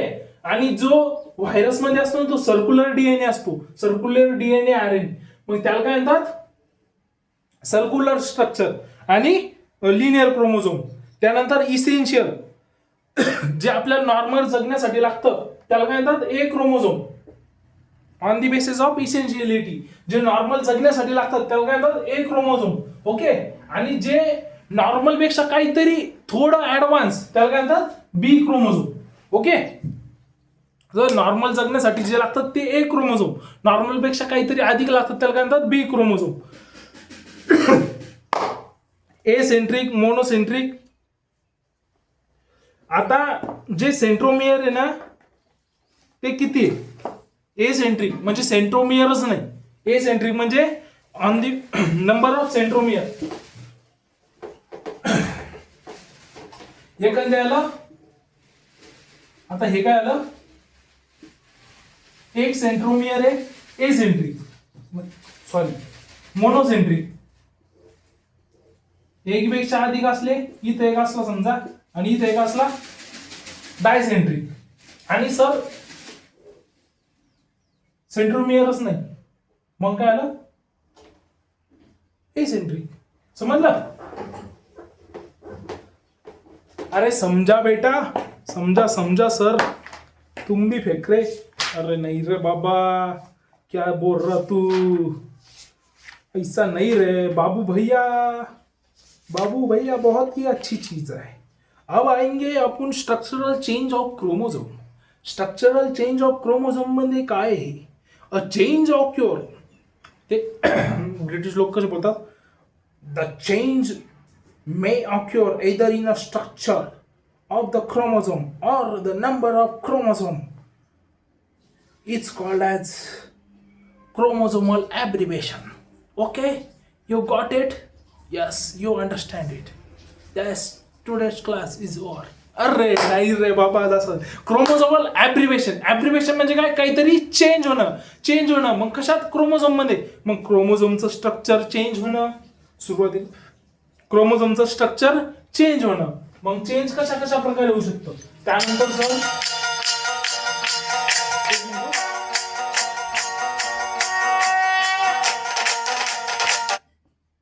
ओके, क्रोमोझोमचं स्ट्रक्चर चेंज होणं. ओके, कशामुळे होऊ शकतं, एक तर नंबरमुळे होऊ शकतं किंवा स्ट्रक्चरल चेंज होऊ शकतो. May occur the structure or chromosome or the number of the chromosome. मग स्ट्रक्चर चेंज होणं. पहिलं डिलिशन. पहिलं काय येतंय, डिलिशन, डुप्लिकेशन, इनव्हर्जन. डिलिशन म्हणजे कोणताही पार्ट तुटून जाणे, डिलीट होणे, डिलेशन.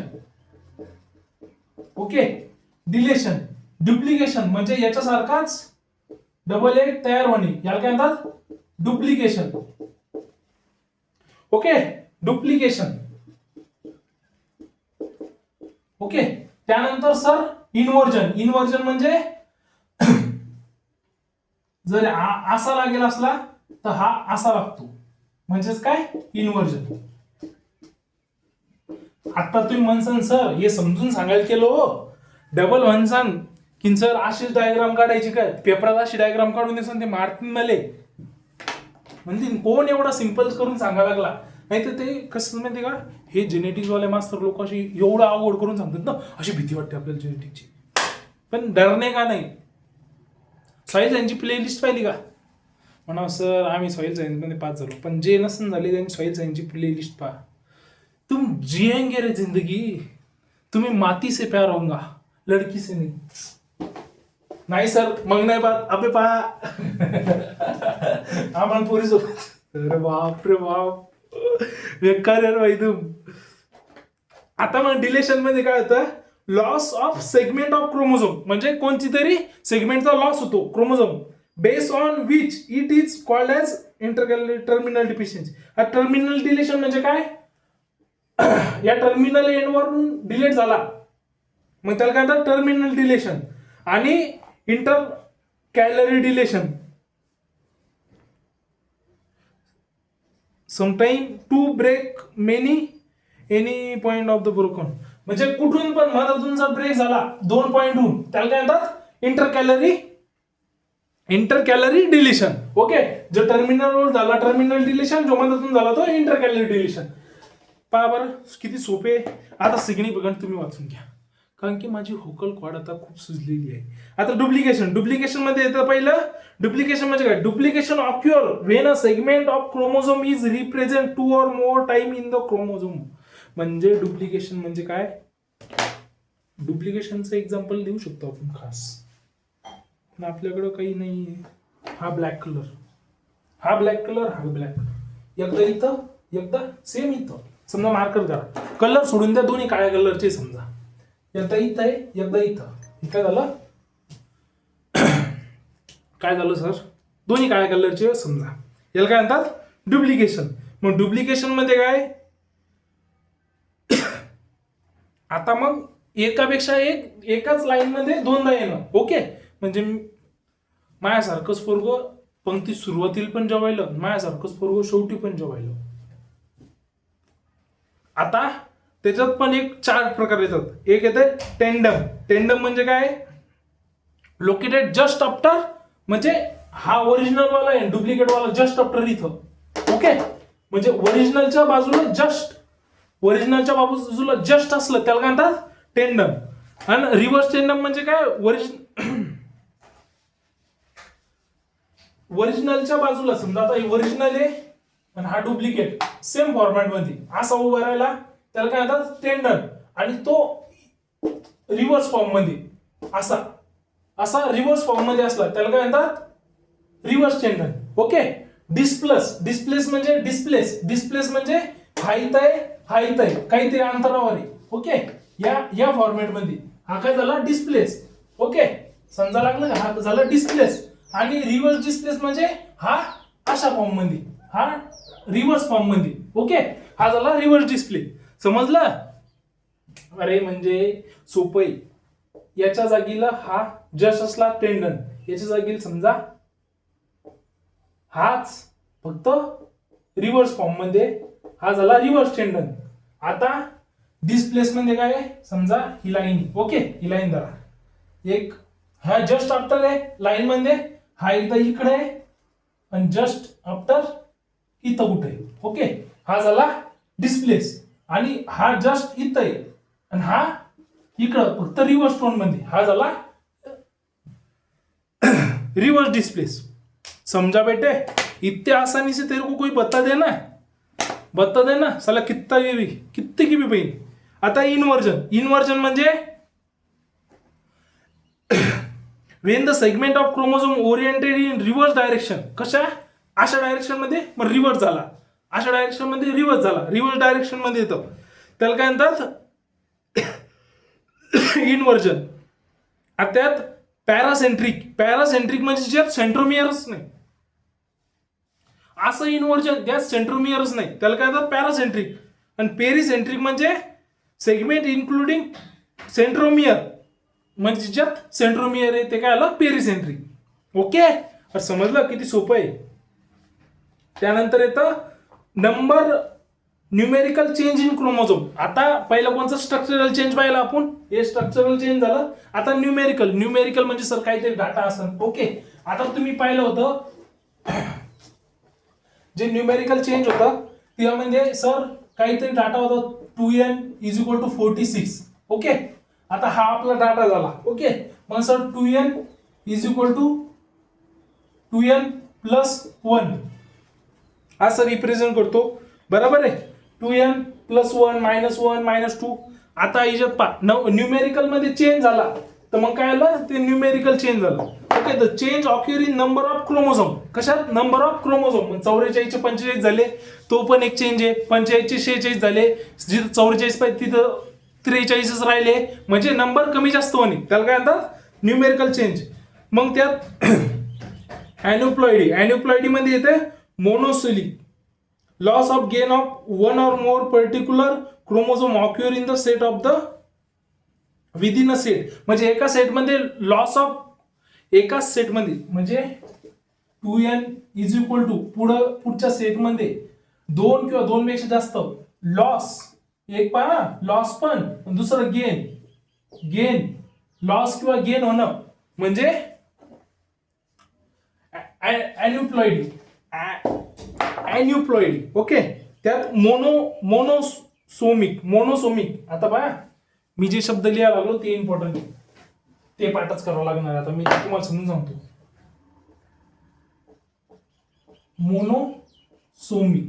मोनोसोमिक म्हणजे काय माहितीये का, कोणचा 2n इज इक्वल टू -1. म्हणजे सर समजा आपले 2n इज इक्वल टू 46 होते ह्युमनचे, तर 2n इज इक्वल टू -1 म्हणजे किती राहिले ते सर 45. ओके, त्यानंतर डबल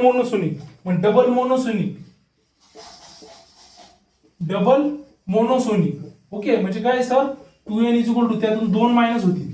ओके, म्हणजे आपले राहिले किती सर 46 होते, 46 मधून 2 मायनस झाले 44 राहिले. त्यानंतर नुलिओसोमिक. ओके, नुलिओसोमिक म्हणजे काय माहिती का, डायरेक्ट 2 मायनस होणं. 2n is equal to -2 direct काय होतात, डायरेक्ट 2 मायनस होतात. ओके, ट्रायोसोमिक म्हणजे 2n प्लस 1 हे झाले ट्रायझोसोमिक.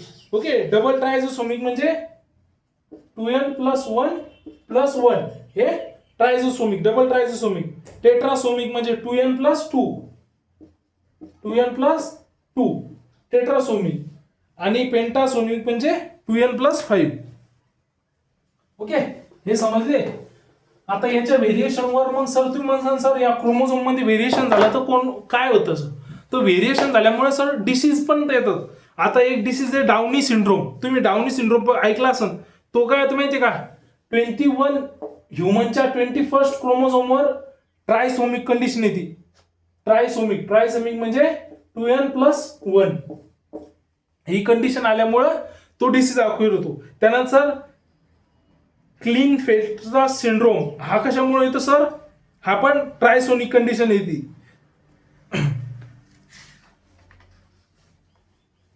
ओके, रीड करा तो.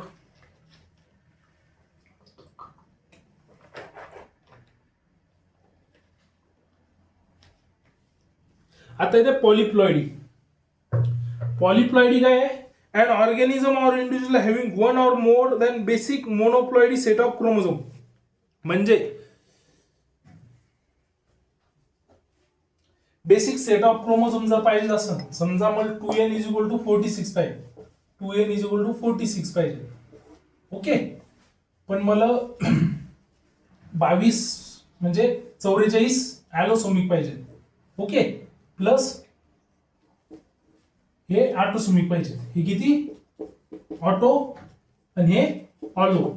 ओके, एवढे पाहिजे मला. ओके, पण मला हे 44 च्या जागी डबल, याचा डबल जर भेटले 44 दुनी 88. ओके, 88 जर भेटले तर हा काय आलं? ही काय झाली? पॉलिप्लॉइडी झाली. म्हणजे काय? An organism or individual having more than 2 basic monoploidy set of chromosome. म्हणजे 2 basic monoploidy set of chromosome म्हणजे ट्रिप्लॉइड. काय असतात? काय? 3x. आता हे 2x झालं ना. आता हे पहा, ॲटोपॉलिप्लॉइडी मध्ये आता ते हे तुम्ही हे एक्झाम्पल असं ध्यानातच ठेवा, ॲटो आणि ॲलो. ओके, जर समजा आपल्या हे जर ऍडिशनल असन, हा सेट जर ऍडिशनल असन तर ते न्यू स्पेसिस मध्ये ऍड असन. ओके, हा झाला ॲलोप्लॉइडी. ओके, ॲलोप्लॉइडी. आणि ॲटोप्लॉइडी मध्ये 3x, 4x, 5x, 6x, 7x, 8x. हे काय आलं? ॲटोपॉलिप्लॉइडी. म्हणजे हा नंबर x म्हणजे तो नंबर गुणाकार करायचा. 3 ला गुणला आपला काय होता? 2n होता ना. असं समजा 2n होता ना. हा 2n नसून 3n. ओके, 3n नसून 4n. म्हणजे हा पहिले 22 होता, 22 चा 44 झाला, 44 चा 66, 66 चा 88, 88 चा. ओके, असं अशा स्वरूपात वाढणं म्हणजे पॉलिप्लॉइडी. ओके, मग ही ॲटोपॉलिप्लॉइडी आणि हा सेट वाढणं म्हणजे ॲलोपॉलिप्लॉइडी. समजली? 2 टाइप, ॲटोपॉलिप्लॉइडी आणि ॲलोपॉलिप्लॉइडीचे. समजले? त्यानंतर येतं म्युटेशन. म्युटेशन म्हणजे समजा एक म्हणजे खराब नाहीये, म्हणजे ह्युमन साठी खराबच आहे, पण आपण प्लांट ब्रीडिंग मध्ये ते चांगल्या प्रकारे यूज करतो. ओके, तर मग म्युटेशन काय? Sudden inheritance change. Sudden inheritance change म्हणजे तुम्हाला सांगतो एक एक्झाम्पल कधी ध्यानात ठेवायचं. जर समजा माझे नाही, जर समजा माझ्या मम्मीचे डोळे काळे होते, माझ्या पप्पाचे डोळे काळे होते, आणि माझे डोळे पण काळे. ओके, हा काय झाला? हे म्युटेशन आहे का? नाही. पण माझ्या मम्मीचे डोळे काळे, माझ्या पप्पाचे डोळे काळे, आणि माझे जर डोळे ते काय बुरशे झाले असते, बुरशे नाही, व्हाईट कलरचे व्हाईटिश आले असते, एखाद्याची पाहत नाही तुम्ही, असं म्हणतो का भूतासारखे डोळे येते, मग ते काय? ते म्युटेशन आहे. मग सडन चेंज झाला. दोन्ही हेरिडिटीज होता का? आपल्या अनुवंशिकतेत होता का? नाही, तो सडन चेंज झाला. तसं मग म्युटेशनचा एक प्रकार आहे कॅन्सर. कॅन्सर म्हणजे काय असतं माहिती का? आपली जी सेल डिव्हिजन आहे ना, एका प्रकारे सांगायला लागलो, एका प्रकारे नाही लगेच डायरेक्ट म्हणजे कॅन्सर. सेल डिव्हिजन हे एका रिदम मध्ये चालतं, पण ते एका रिदम मध्ये न चालता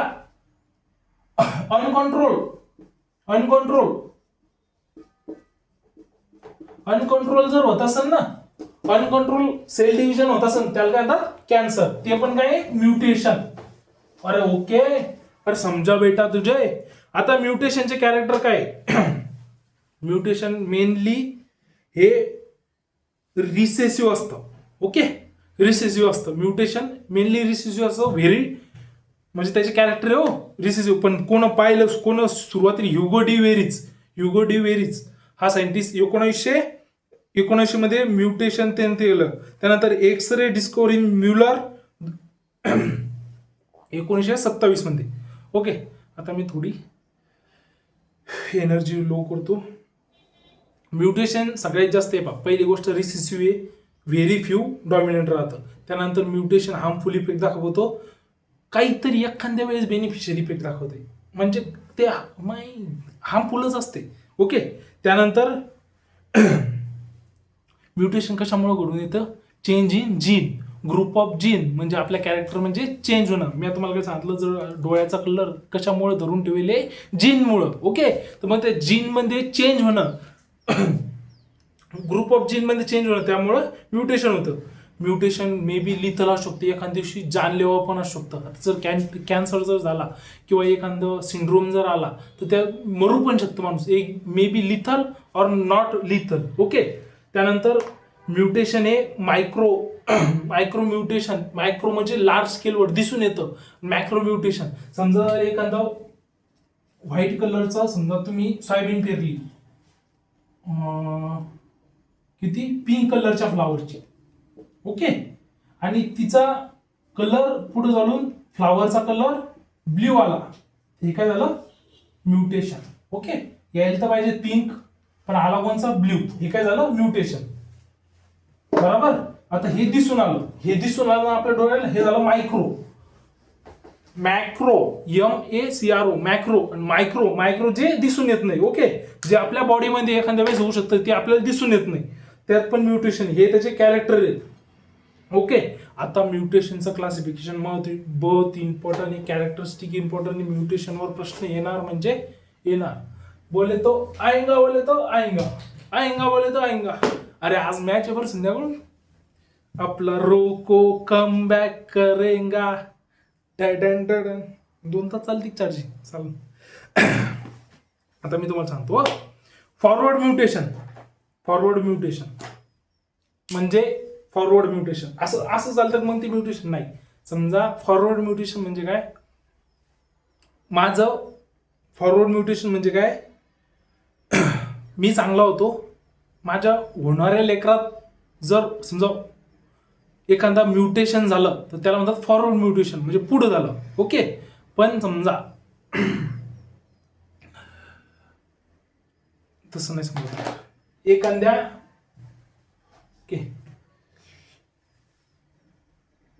वाईल्ड ॲलिल पासून म्युटेड ॲलिलकडं गेलो आपण. ओके, स्पेलिंगचं नका भाऊ, स्पेलिंग बरोबर लिहितो, पण वाईल्ड पासून म्युटेड कडे गेलो, फॉरवर्ड म्युटेशन. ओके, म्युटेड पासून वाईल्ड कडे आलो, बॅकवर्ड म्युटेशन. ओके, समजलं? Forward backward. त्यानंतर सर स्पॉन्टेनियस म्युटेशन आणि इंड्यूस म्युटेशन. स्पॉन्टेनियस म्हणजे ऑक्युअर नॅचरली जे ऑक्युअर होतं त्याला काय म्हणतात? स्पॉन्टेनियस. आणि जे इंड्यूस, एक्स रे, गॅमा रे, याचं इंड्यूस करतो आपण म्युटेशन. प्लांट ब्रीडिंग मध्ये इंड्यूस करावं लागतं, आपल्याला म्युटेशन घडून आणावं लागतं, त्याला काय म्हणतात? Induce mutation. त्यानंतर सोमॅटिक म्युटेशन. सोमॅटिक सेल म्हणजे काय? अरे जी नॉर्मल आपली स्किन सेल आहे, जी डॅमेज झाल्याच्या नंतर डेव्हलप होती ना, ती म्हणतात सोमॅटिक. आणि जे आपले रिप्रोडक्टिव्ह पार्ट मध्ये जी सेल असते ना, गॅमेटिक सेल, त्याला कोणते म्हणतात? Germinal cell. त्याला जर्मिनल सेल म्हणतात. त्या जर्मिनल सेल मध्ये जे म्युटेशन होते ते जर्मिनल म्युटेशन. जे सोमॅटिक म्हणजे ते रिप्रोडक्टिव्ह टिश्यू मध्ये जे म्युटेशन होतं त्याला जर्मिनल म्युटेशन म्हणतात. किंवा जर्मिनल टिश्यू मध्ये जे म्युटेशन होतं, जर्मिनल सेल मध्ये जे म्युटेशन होतं त्याला म्हणतात जर्मिनल म्युटेशन. आणि सोमॅटिक सेल मध्ये जे म्युटेशन त्याला सोमॅटिक. आता लिथल म्युटेशन, सबलिथल, सब व्हायटल. लिथल म्हणजे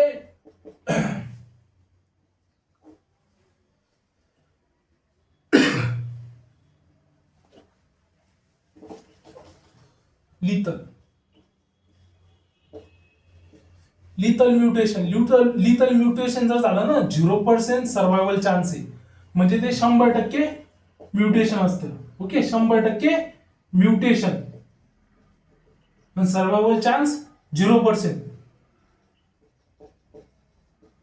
आता व्हायटल व्हायटल म्युटेशन म्हणजे काय,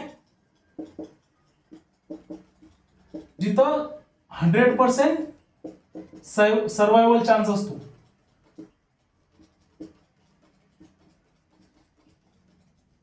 ओके, आता याच्यात सब लिथल मध्ये काय असतं माहितीये का, 50% म्युटेशन असतं आणि सब व्हायटल मध्ये लेस दॅन 50% म्युटेशन असतं. समजलं? याचा फोटो काढून घ्या वाटलंच तर. अरे समझा ना, अरे बेबी समझा कि नहीं, समझा ना. ये लिथल बोले तो बहुत ज्यादा खराब रे. और ये लिखता मैं, ये नहीं आता उधर. ये वाइटल बोले तो बहुत अच्छा आदमी रे, और लिथल बोले तो बहुत बुरा आदमी. जैसे कि मैं बहुत ही अच्छा आदमी हूँ, मेरे हिसाब से तो हूँ, तुम्हारे हिसाब से भी हूँ. मैं अपने को क्यों झाले 4 बेसिस वर आले. आता बेस ऑन कॅरेक्टर जे मॉर्फोलॉजिकल कॅरेक्टरचे असतं ते मॉर्फोलॉजिकल म्युटेशन, म्हणजे बायोकेमिकल मुळे होतं, जे बायोकेमिकल फंक्शन मध्ये होते बायोकेमिकल म्युटेशन. त्यानंतर मायक्रो म्युटेशन सांगितलं, जे मायक्रो लेवलवर होतंय ते मायक्रो म्युटेशन, जे मायक्रो लेवलवर होते ते मायक्रो म्युटेशन. मी ना समजून सांगेले, नाहीत मला सर तुम्ही शब्द जोडा लागले. आता सायटोलॉजिकल बेसिस, सायटोलॉजिकल शब्द सांगितला होता पहिले. सायटोलॉजिकल सर म्हणजे क्रोमोझोम म्हणजे क्रोमोझोमल मध्ये जर म्युटेशन, मग त्यात सर क्रोमोझोमल म्युटेशन, मग जर चेंज जर क्रोमोझोम मध्ये ऑक्युर झालं तर कशात म्युटेशन, त्याला काय म्हणतात क्रोमोझोमल म्युटेशन. जीन मध्ये जर चेंज झालं त्याला काय म्हणतात जीन म्युटेशन. आणि जर सायटोप्लाझ्मिक म्युटेशन झालं तर म्हणजे डीएनए आरएनए मध्ये म्युटेशन. ओके, आता दुसरा प्रश्न येतो म्युटाजन. म्युटाजन म्हणजे असं केमिकल असतं, असं फिजिकल और केमिकल म्युटाजन फिजिकल और chemical agent which induce mutation, म्हणजे जे आपण नॅचरली ऑक्युर होतं ते म्युटेशन वेगळं. समजा जे आपल्या पिढी येतं किंवा एखाद्या वेळेस कॅन्सर झाला, ओके, म्हणजे आपण करतो ना, म्हणजे आपण जे म्युटेशन घडून आणतो ना आर्टिफिशियली सोडतोंडाच्या सॉरी म्हणजे जे आर्टिफिशियली आपण जे घडून आणतो ना, मजा करतो बरं, नाही तर अनसबस्क्राईब करून चालले असं, कमेंट करून जा, थोडं फनी कमेंट करून जा सर, तुम्ही इथं मजा घेतली ती याचा रिप्लाय पण देत जा. आपण मस्त कमेंट्री बॉक्समध्ये कमेंट्री केलं आणि बोलू. ओके,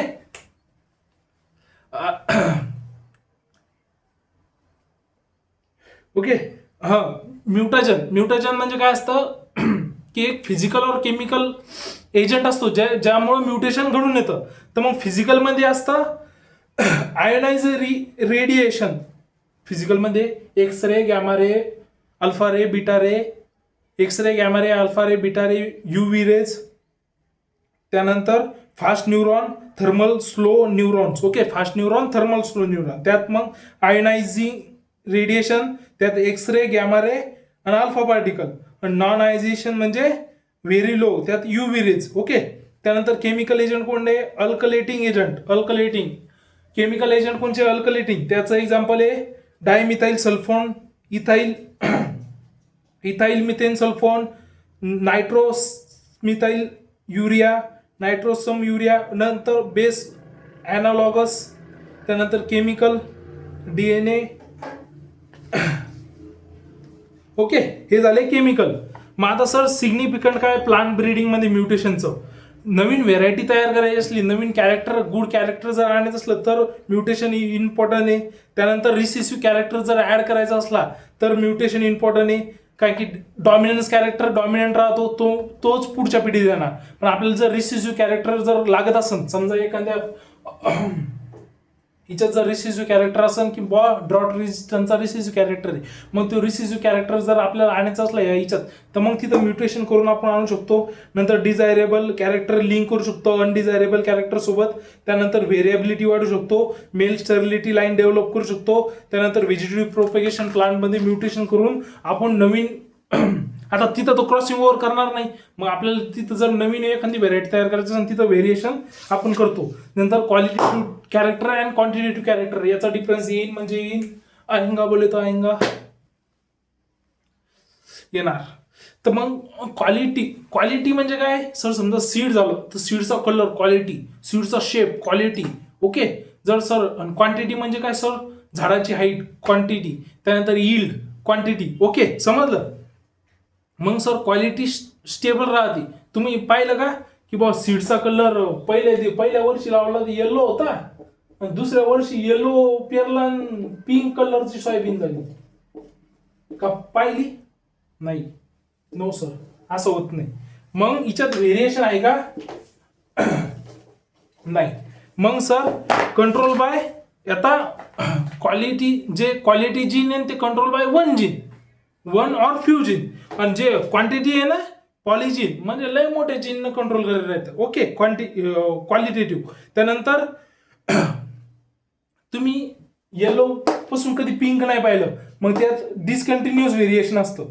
पण हाईटमध्ये तुम्ही कमी जास्त कधी पाहू शकता. एखाद दिवशी 7 क्विंटल सोयाबीन होती, एखाद दिवशी 13 क्विंटल सोयाबीन होती. दिवशी म्हणजे एखाद्या वर्षी, मग त्यात डिसकंटिन्युअस व्हेरिएशन आहे. ओके. क्वालिटी कधी यानं इन्व्हायरमेंटनं इफेक्ट होते का? नाही सर. क्वालिटी जर येलो कलर असेल तर इन्व्हायरमेंट इफेक्ट नाही होत. नॉर्मल प्रकारमध्ये नॉर्मल थोडासा इफेक्ट होतो. मग लेस इन्फ्लुएन्स बाय इन्व्हायरमेंट होतं, पण लेस इन्फ्लुएन्स होतो. पण सर यील्ड तर लय इन्फ्लुएन्स होती. मग क्वांटिटी काय होती? जास्त इन्फ्लुएन्स होती इन्व्हायरमेंटनं. ओके. एक्झिबिट हाय रेबिलिटी कशात असती? क्वांटिटेटिव्ह मध्ये, आणि क्वालिटेटिव्ह मध्ये लेस. नंतर सगळ्यात स्टेबल काय असतो? जो कलरवाला स्टेबल राहतो ना, म्हणजे क्वालिटीवाला स्टेबल असतो, क्वांटिटीवाला लेस स्टेबल असतो. ओके, समजलं? अरे समजा क्या बेटा? सर समजा. आता सायटोप्लाझमिक इनहेरिटन्स म्हणजे काय? जे इनहेरिटन्स जीन लोकेटेड असतं सायटोप्लाझमवर त्याला काय म्हणतात? Cytoplasmic gene. Okay, cytoplasmic inheritance. Okay, तिच्यात तुम्हाला काही इम्पॉर्टंट नाहीये. आता वॉटसन अँड क्रिक मॉडेल होतं. वॉटसन अँड क्रिक मॉडेल म्हणजे काय माहिती का? हे अशा प्रकारे मॉडेल होतं. हे अल्टरनेटिव्ह म्हणजे रिव्हर्स होतं, की एक जर दांडी अशी असली तर एक दांडी अशी असती. त्यानंतर याची बॅकबोन अल्टरनेटिव्ह डायएक्झॉक्सी फॉस्फेट ग्रुपनं तयार होईल होती. ओके. त्यानंतर तुम्ही डिग्री वगैरे हे वाचून घ्या. ओके. हे अशा प्रकारे होतं ते. ओके, असं होतं ते क्रोमोझोमचं स्ट्रक्चर म्हणजे डीएनए स्ट्रक्चर, ते वाचून घ्या. डीएनए आरएनएचा हा येणार, डीएनए आरएनएचा डिफरन्स. त्यानंतर जेनेटिक कोड काय असतं? की 3 कोड असतात. ओके, प्रोटीन अमिनो ऍसिड पासून तयार झालेले कोड असतात. हे कोड म्हणजे ट्रिपलेट मध्ये असतात. असे ट्रिपलेट मध्ये असतात. कोणताही कोड ट्रिपलेट मध्ये असतो. ओके, मग त्याचे कॅरेक्टरिस्टिक दिले की जे ट्रिपलेट मध्ये असतात त्याला काय म्हणतात? Code. Genetic code is a relationship between sequence of base of RNA and sequence of amino acid with protein. Okay, त्यात मग the code is triplet, the code is universal. Triplet मध्ये असतो, युनिव्हर्सल असतो. The code is commaless. म्हणजे आता जर समजा असे कोड जर काढत गेलो तर हे कॉमालेस असतात. असे कॉमन असतात की बा 3-3च्या नंतर कॉमा राहतील. कॉमालेस असतात. नाहीतर तू सर 3-3 म्हणजे असे कॉमा असतील. नाही, युनिव्हर्सल आहे, कॉमालेस आहे. त्यानंतर the code is non overlapping, overlap होत नाही. The code is non ambiguous. The code is degenerated and they has polarity. Okay, DNA आरएनएचा इम्पॉर्टन्स करून घ्या. काहीच नाही. डीएनए मेनली डबल स्टँड असतो, आरएनए सिंगल स्टँड असतो. त्यानंतर मेनली ओके डीएनए ह्युमन मध्ये याच्यामध्ये सापडतो. हा मेनली बॅक्टेरिया व्हायरसमध्ये सापडतो आरएनए. ओके, त्यानंतर कोणची शुगर वापरतात डीएनए मध्ये?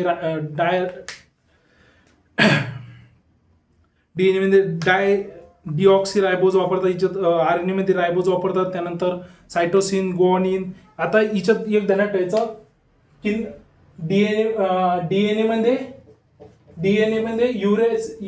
थायमिन असतं आणि आरएनए मध्ये युरेसिल असतं. हा डिफरन्स ध्यानात ठेवायचा. ओके, त्यानंतर DNA only 1 type, 3 type of RNA. आता 3 टाईप ऑफ आरएनए कोणकोणचे? आरएनए 3 प्रकारचे आरएनए. एक mRNA, tRNA,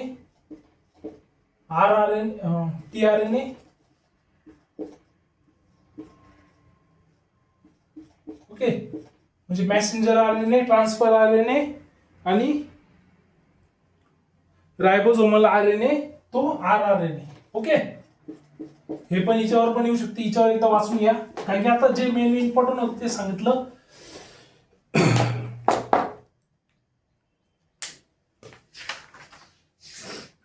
एक ध्यानात ठेवा, डीएनए पुसून, समजा डीएनए झालं, त्यापासून थांबा,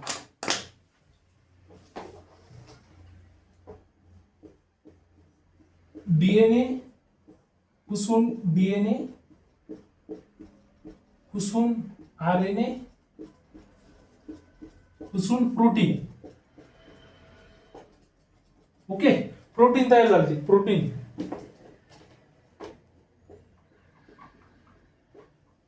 ओके, प्रोटीन. तर जर याला काय म्हणतात, रेप्लिकेशन पेज. ओके, आता डीएनए पासून आरएनए तयार होणे, डीएनए पासून आरएनए तयार होणे, त्याला काय म्हणतात, ट्रान्सक्रिप्शन.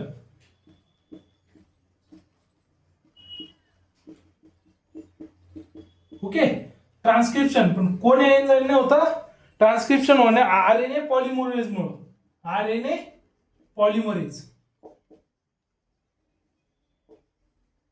ओके, आणि आरएनए पासून प्रोटीन तयार होतं, त्याला काय म्हणतात, ट्रान्सलेशन.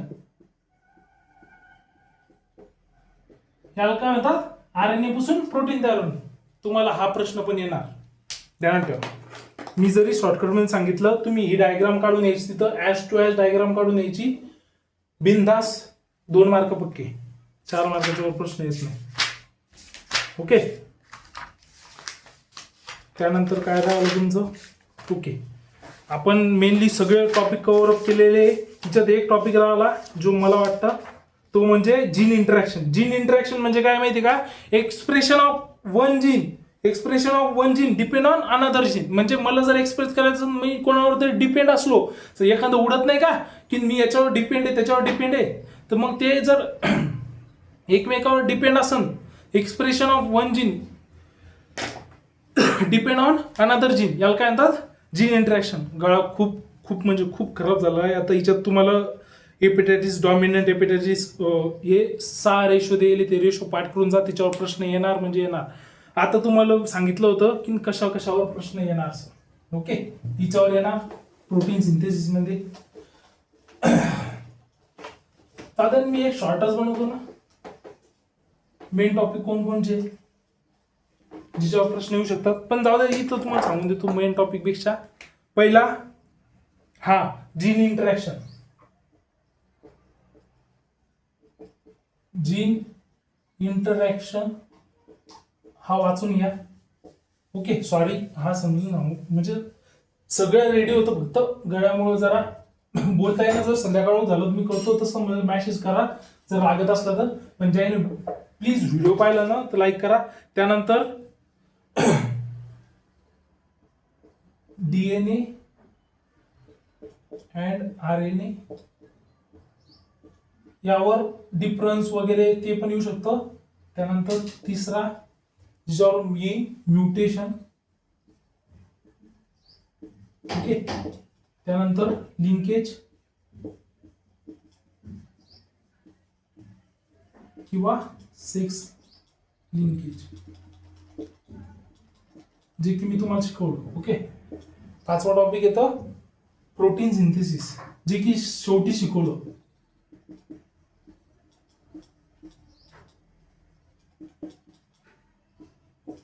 सहावा topic gene interaction. Gene interaction झालं ना, त्यानंतर क्रोमोझोम स्ट्रक्चर वगैरे, क्लासिफिकेशन आणि ती स्ट्रक्चर काय काय, हे टॉपिक इम्पॉर्टंट आहे. हिच्यावर प्रश्न येणार म्हणजे येणार. ओके, पाहून घ्या. हिच्यातून 100% सगळेच येणार. काही सगळी गॅरंटी. ओके. ज्यांनी पण इथपर्यंत व्हिडिओ बघितला, लाईक शेअर सबस्क्राईब करायला विसरू नका. तुमच्या सगळ्या मित्रांना शेअर करा.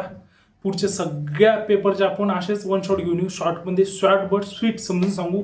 तुम्हाला कसं समजलं प्लीज कमेंट करून सांगा. कोणी तुम्हाला प्लीज सांगा. एवढ्या प्रयत्नाला प्लीज म्हणते मी. लाईक शेअर सबस्क्राईब करायला विसरू नका. आणि प्लीज कमेंट करा कसं वाटलं लेक्चर, काय इम्प्रूव्हमेंट करावं लागेल काय नाही. ओके, धन्यवाद.